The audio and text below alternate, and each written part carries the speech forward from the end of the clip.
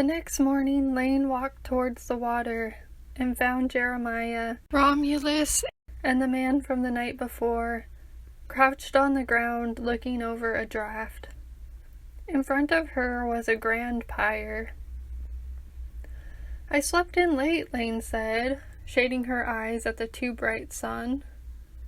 "You must have needed it," Jeremiah said. "We didn't want to wake you. Hope you don't mind. We started without you."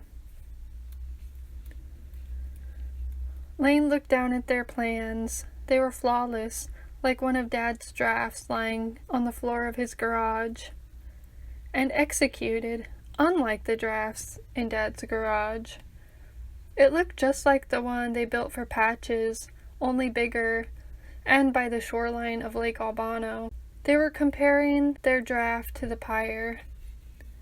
They discussed the final touches for the bier, which the body rested on, and included with it any of the funerary goods. "No, thanks for going on without me," she said. She realized she was hoping for this help. Not that she couldn't have done it on her own, but she had nothing to prove.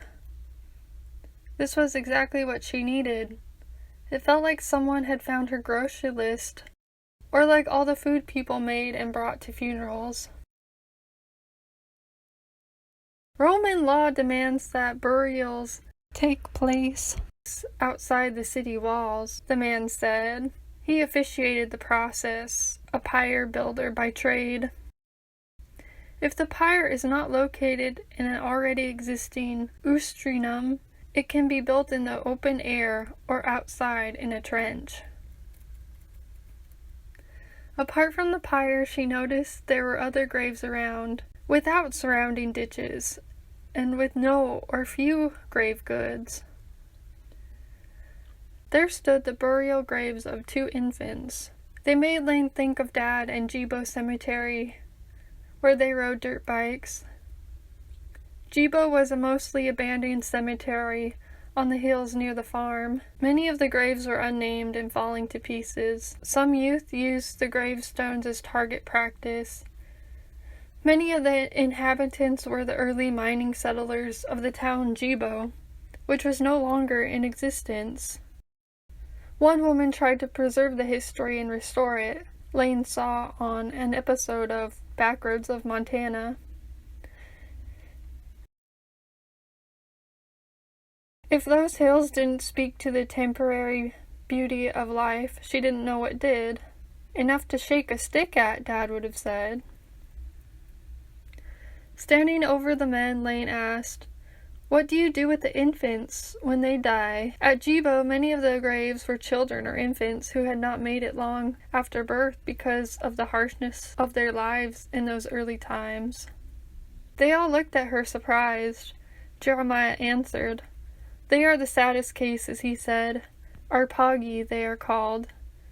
No funerals are held for Arpagi. No pyres built. They aren't often in the world long enough to have a name." Laine sat on a rock to steady herself. In it was inscribed the words of Stadius, "Because the sad pyre grew for you in a purple mound." The Arpagi also made her think of all the amazing ideas and dreams that people have that are not carried out because of fear or doubt, the ones that die in infancy. Those are Arpagi too. She could compare it to Patches, the way he chased his tail in the dirt. Laine understood how some people got stuck in self-limiting beliefs and behaviors. But even so, you had to go through the bad times to get to the good times. "Do you want to light the fire?" Jeremiah asked. They were done dressing Dad. "No, thanks. I think I'm just going to go uphill and say my goodbyes from there," Laine said.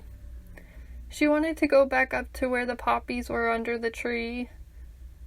She must have been looking down, rolling one of the amber beads on her bracelet between her thumb and pointer finger, and pinching her skin slightly underneath. "Hold on, I do have something to add," she said. She lowered herself to the bier once more, and Laine stared at Dad's face. He wore a high-collared linen tunic, His cheeks seemed to have a faint blush of pink. His eyes were the lilac veins of a freckled moth. The Good Shepherd, she meant, not Dad. His shiny bronzen head seemed supernaturally healthy, despite how actually bad his health probably was, and he looked at peace. She yanked the beads, she broke them from the twine from which they were strung, and placed them in a little ball on the Good Shepherd's chest. Some of the golden pomegranate seeds rolled off, and when she looked on the other side of the bier, she saw something she hadn't expected. It was a black tuft of hair sticking out besides the Good Shepherd's body. There was a black sheep in there! What was he doing in there? Pets could be killed next to the pyre to accompany the dead. In one study of the time period, sheep were the third most common animals to accompany the deceased in the funeral pyre, after pigs and chickens. But it suggested the sheep version of Laine had died away too. During the grieving process, both the deceased and the mourners go through a phase where they are situated between the world of the living and the dead. "It's time for us to light the fire now," Romulus said. Laine looked up at him. Did this mean her higher self was separating from her? No, she thought. It meant he was a part of her now.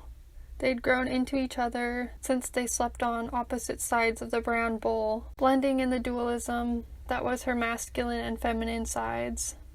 Imperfect balance. Since then, she had an overwhelming sense that she'd rediscovered some lost part of herself. She was free to move to new things, and she felt new motivation. She closed her eyes for just an instant, but when she opened them, the brown bull was walking towards her. She rested her head against the curve of its spine. "Goodbye and good luck, and thank you for everything," she said, and each of the members hugged her and waved to her until she disappeared over the crest. She'd walked through the heavy sand that wanted to keep her stuck there, and she knew it was her time to leave, feeling like a child in her mother's heels. She fell once but regained her traction and put on her sandals from the place she'd left them. As she moved up the hill, she continued watching the procession. She remembered all the long drives she took with Dad in his semi, and stopping once at a Flying J truck stop, she ordered salmon from the cafe diner. The act of moving on, no matter how slowly, of putting one foot in front of the other, was evidence she had rejoined the land of the living. She was too brave and strong to be anything like the sheep she was in the story. She found the place with the poppies and sat down under the tree next to the brown bowl. Laine watched the flame for the length it remained to burn. It smelled like one of her favorite smells, the hot rocks in a heated sauna. She recalled the time Mom, Dad, and she passed the beach ball around at the pool at Chico Hot Springs. In Rome, it could be wood from the pyre that was obtained from the same people who provided fuel for the baths. Whether it was ash, oak, hawthorn, or hazel, after what felt like hours had passed, as was customary, they poured red wine on the fire to extinguish the flames. The bones were collected and placed in a container. That mixture of sweat, oil, chewing fluids that she loved but was probably as caustic as the water at the bottom of the Berkeley pit was Dad's smell.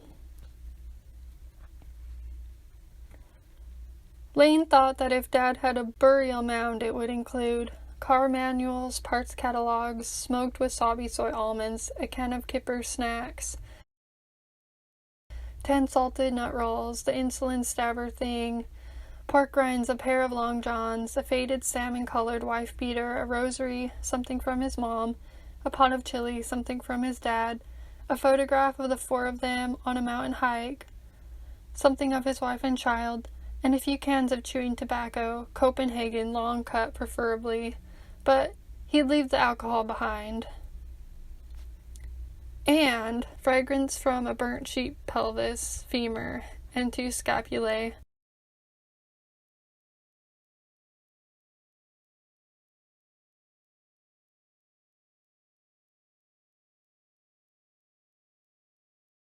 Thanks for watching my video, guys. I'll be back with another video next Wednesday. Until then, ciao!